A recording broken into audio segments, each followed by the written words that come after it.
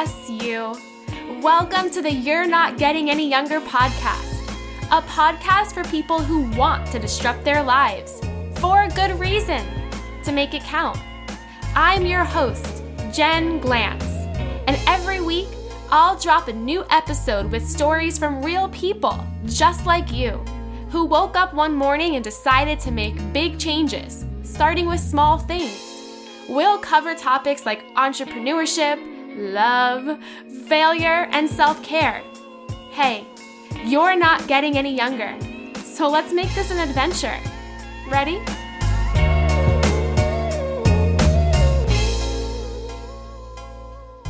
Today's episode is brought to you by Jen and Juice Coaching by yours truly. For the past 5 years, I've worked with over 100 people to help them feel, less stuck. Whether you're looking to change careers, start a side hustle, or just get a strategy for your life, head on over to jenglantz.com/coaching and you can find out about my 1-hour coaching specials that will help you feel like you can finally cross those things off your to-do list and start whatever kind of project, life change, or dream that you have.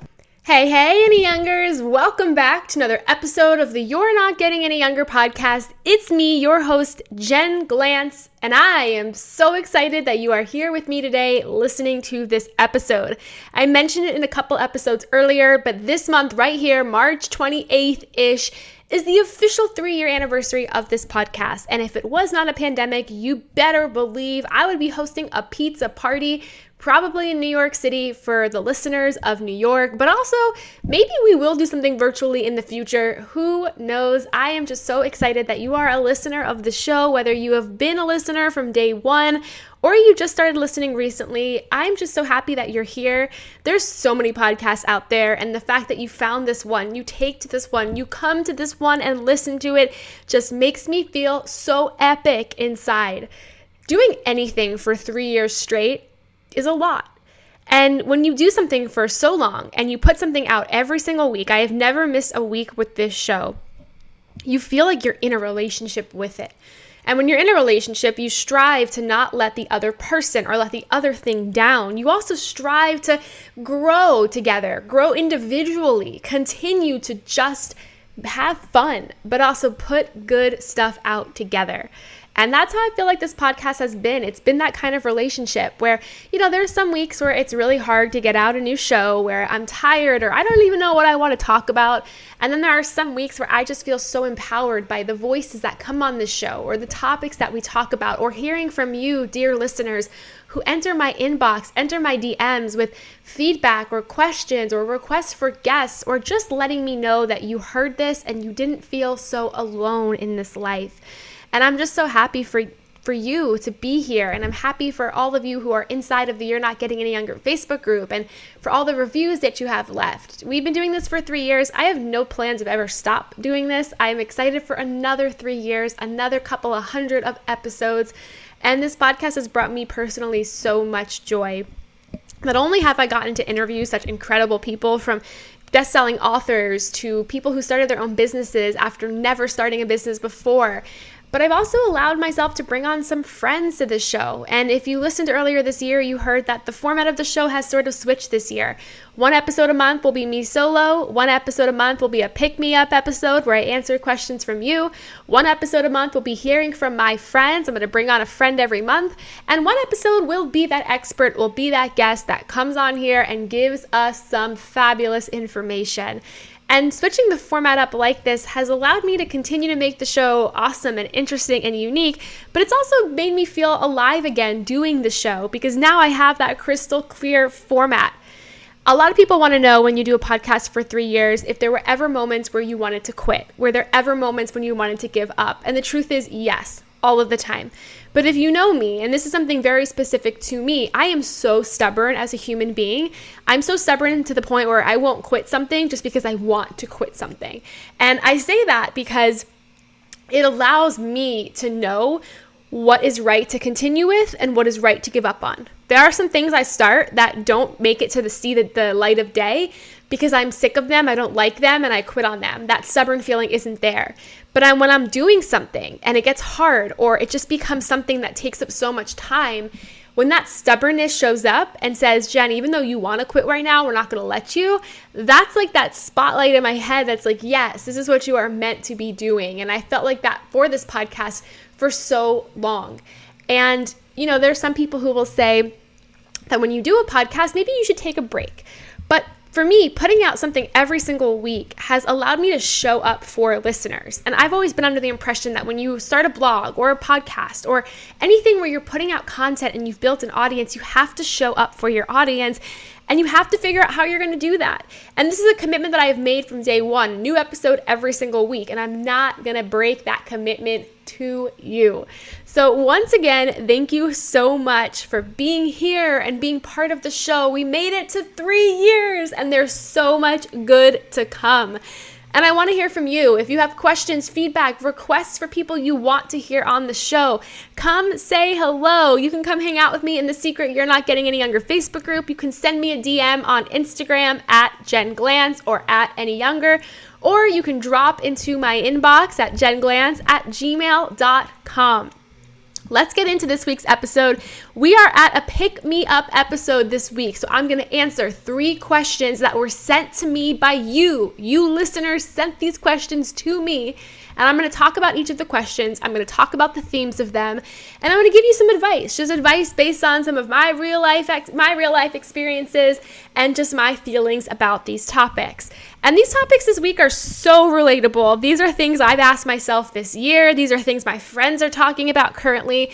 So I'm so grateful for the listeners who sent in these questions. And if you have a question that you want to be on the April Pick Me Up episode, send me an email, jenglantz@gmail.com, and I will answer that question on the show for you. All right, let's dive into these questions. The very first question comes from Samantha. Samantha wants to talk about the topic of work-life balance and whether or not it truly exists. Samantha writes this: Dear Jen, over brunch the other day, my friends and I were talking about work-life balance and whether or not it really exists. I have some friends that will end work at 5 p.m. exact and do something else with the rest of their day. I have other friends who have more challenging jobs or who are working for themselves who find themselves working all throughout the night. They don't have time for hobbies. They don't really have time for anything else. And then I find myself, I'm the kind of person who throws myself into what I am working on, and balance does not exist. So please tell me, is work-life balance a real thing? Do you have that? Do you know anybody who has that? Thanks so much, Jen. Samantha. Okay, Samantha, let's talk about this question. I'm a big believer, a big preacher in work-life balance being a myth. There's so many people who are out there who are preaching what their days look like, what their morning routines look like, how they shut things off at a certain hour, and that's that. But I do not think that anybody else's routine, anybody else's life should be something that we strive for, that we want to have, because it doesn't necessarily fit in with us. When we hear the word balance, we hear the word equal. We hear the word, well, we'll do a little bit of this and we'll do a little bit of that. I don't believe that that's real. I'm not a person who believes in being able to split my time that way. I'm also like you, Samantha, where I go all in on something I'm working on, and because of that, I fail at other parts of my life. So for example, if I'm writing a book, it's all I can think about during that time, which means I might not be able to see friends or hang out with friends, which means I'm not watching TV, which means I'm probably not doing so well at answering emails. If I'm figuring out and innovating projects for my business, that usually means I don't have time to write and I'm being a really bad friend. And maybe when I am in person with people, my mind is elsewhere, that I'm not really myself. So this idea of balance does mean equal. It does mean that we have to shut off one part of our life for the other. And I don't think that that always happens. So I think instead of comparing your life to other people, because we all have different amounts of things going on at different times, understand you and where you're spending your time and what's making you happy. But also understand that instead of balance, sometimes we have to look at it that when we're chasing after something, when we're working so hard on something, we have to compromise. And that's a better way of looking at it. When you're going after that promotion at work, or when you are trying to start a new business, or when you are starting to launch a podcast, there's going to be another part of your life that slips away from you, and that is okay. I think we have to normalize that being more okay than this idea of balance. So number one, stop judging what other people are doing or comparing your life to them. If they claim they have balance, that's great. I would say don't chase after balance, chase after compromise. Find control in your life over all of the things that you carry with you, all of the pieces of it, all of the people you're responsible for and you want to be there for. But also realize that at any given moment, you're going to be a really good friend and not a really good employee. Or you're going to be a really good partner to your spouse, but you might not be able to get all those emails answered. So always know that there's compromise. Compromise and control are way better words than balance. Ditch that B word and say hello to those C words. Our next question here today, switch gears a little bit. It is a question from Matt, and Matt wants to know about handling the feeling of lingering rejection. Matt writes, "Dear Jen, lately I have been applying for so many jobs and I can't stand the feeling of getting rejected.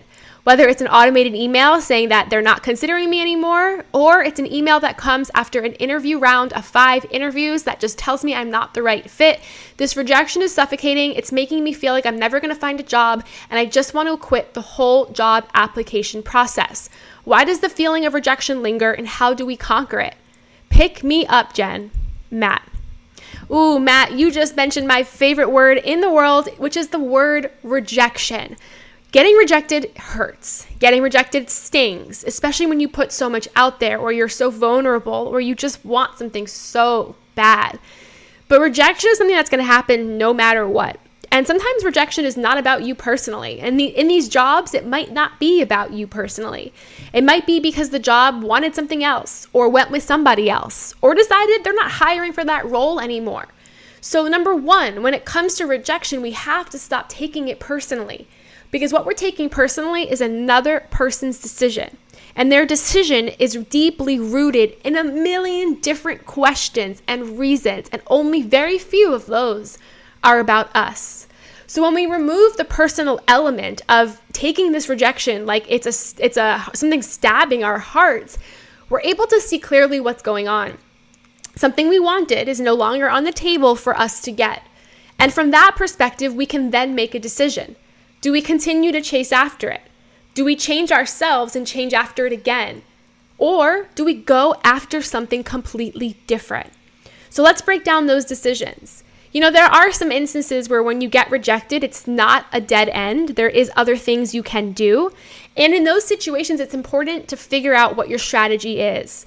So sometimes when a job rejects you, for example, you might say, okay, that's it. I'm just never going to email back that hiring manager or that person that interviewed me. It's done. Or you can think about what's your strategy. Number one, you could ask for some feedback. Number two, you can let them know that you might be interested in other positions. And number three, you can set times to follow up with them.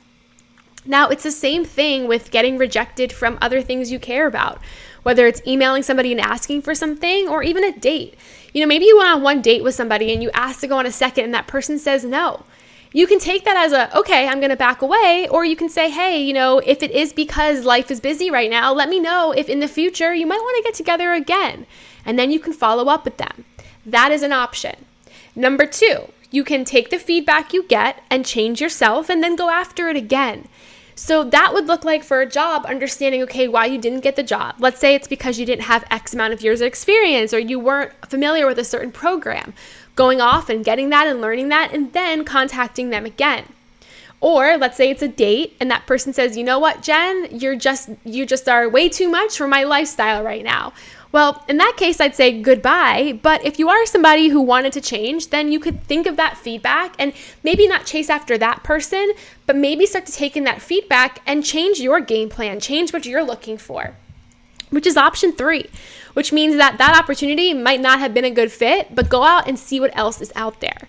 So what I'm trying to break down for you is this idea of rejection being a dead end when it's not. If we don't take something personally and remember that what we were rejected from is a little bit about us, but it's also about a million tiny other decisions that person had to make, we're then able to pick our course of action, our game plan, our what's next. But Matt, I understand that you're saying that you're burnt out from all these rejections, and at a certain point, it just feels like you want to stop. And maybe you do take a break. But maybe during that break, you start to think about a new approach.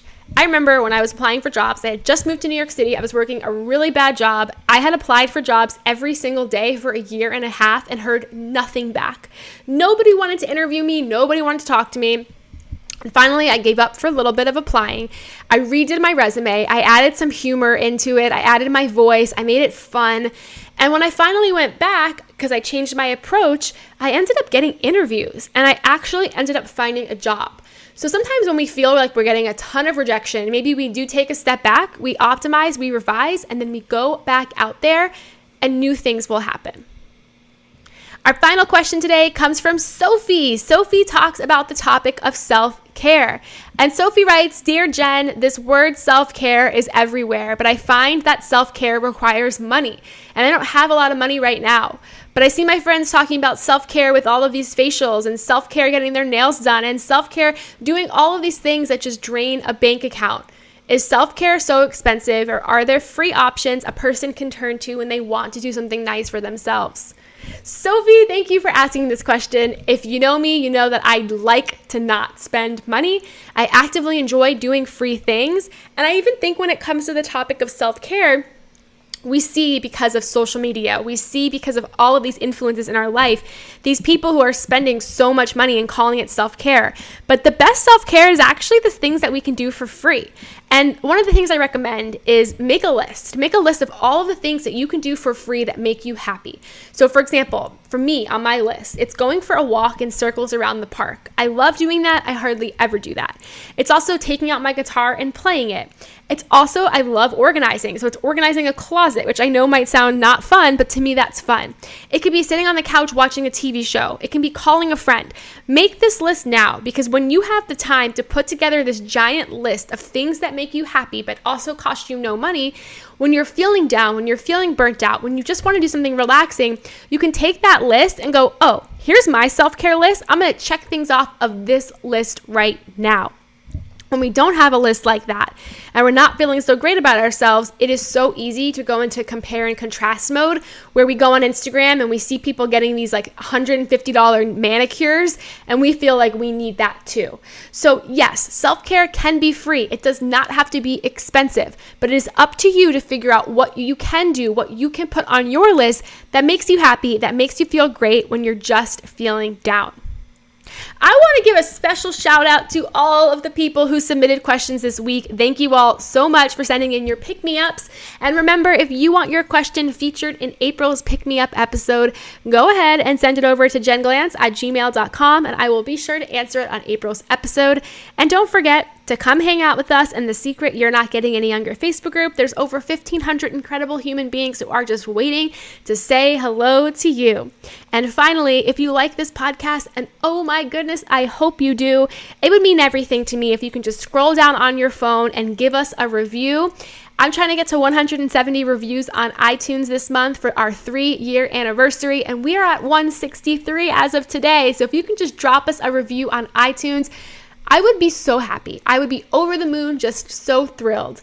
And again, thank you so much, my dear listener. As you and I celebrate 3 years together, I want you to know that yes, it is true. You are not getting any younger, but there is just so much out there waiting for you. Until next time, all my love, Jen Glantz. Hey you. Thank you for listening to the You're Not Getting Any Younger podcast. There are hundreds of thousands of pods out there, so thank you for listening to this one. You can find the show notes for this week's episode up on our website, anyyounger.com. Subscribe, rate, and review the You're Not Getting Any Younger podcast on iTunes so that other ears around the world can listen too. Oh, and join our secret You're Not Getting Any Younger Facebook group, where over 1,000 people are talking about how to disrupt their lives, for a good reason, to make it count. Until next week, all my love, Jen Glantz.